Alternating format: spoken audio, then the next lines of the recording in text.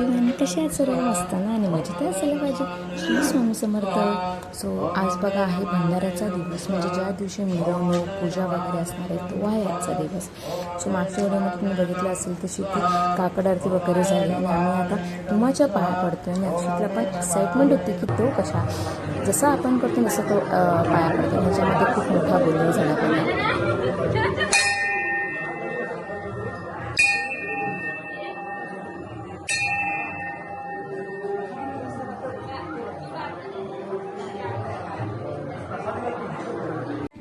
दुपारी सर्व आवरलं, थोडंफार आराम केला आणि भंडाऱ्याचं जेवण जसं स्वादिष्ट असतंच असतं. नंतर मग संध्याकाळी तयार वगैरे झालो.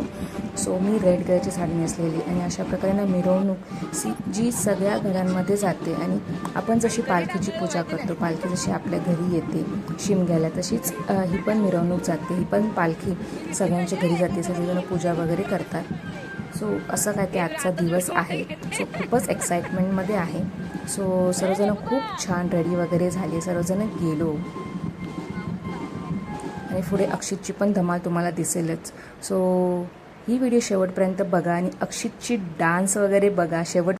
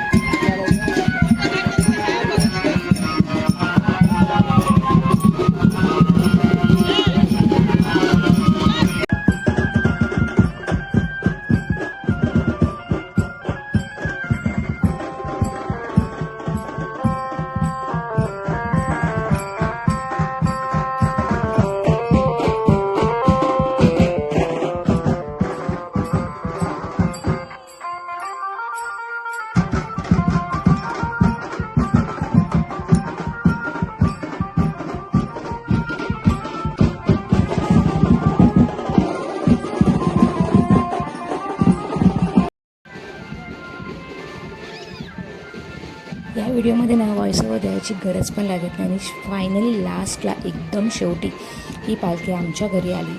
सो अशा प्रकारे आपण जसं शिमग्यामध्ये करतो ना तसंच पाय वगैरे धुतात, आरती वगैरे करतात. आणि एक्साइटमेंट बघा अक्षरची की मला पण ती पालखी घ्यायची आहे आणि मला पण त्या पालखीची पूजा वगैरे करायची.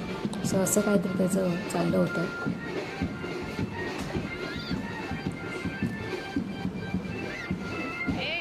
खूप छान वाटत होतं. म्हणजे सर्वत्र ना एकदम प्रसन्न मंगलमयच वाटत होतं. हेच मी 5 वर्ष जवळजवळ ना मिस करत होती. ते मला आज अनुभवता आलं आणि खूप छान. हा बघा, हा जो पार्थ येलो कपडे घालून आहे ना तो माझ्या भावाचा मुलगा आहे. तो एवढूसा म्हणजे पार्थ जवळजवळ ना जन्मापासून आम्ही त्याला बघितलं आणि एवढी मोठी लगेच मुलं होतात की ती पालखी घेऊन नाचवतात पण, पालखी घेऊन घरात आणतात पण. हे सर्व एक्साइटमेंट काय सांगतो. आणि माझ्यासोबत अशी पूजा खूप छान केली. कशी केली तुम्हाला असेल तुम्ही बघतच असाल.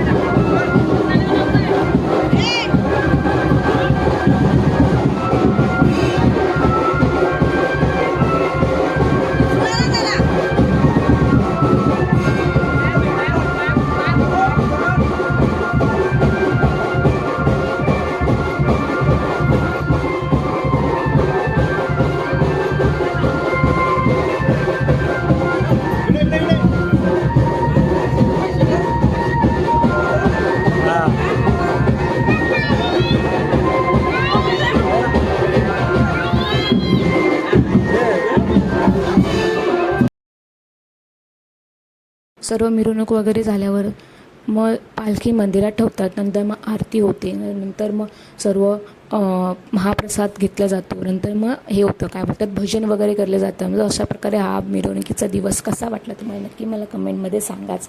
सो ह्या व्हिडिओमध्ये ना व्हॉइस ओव्हर जास्त करायची गरजच मला लागली नाही. हे सर्व मला ना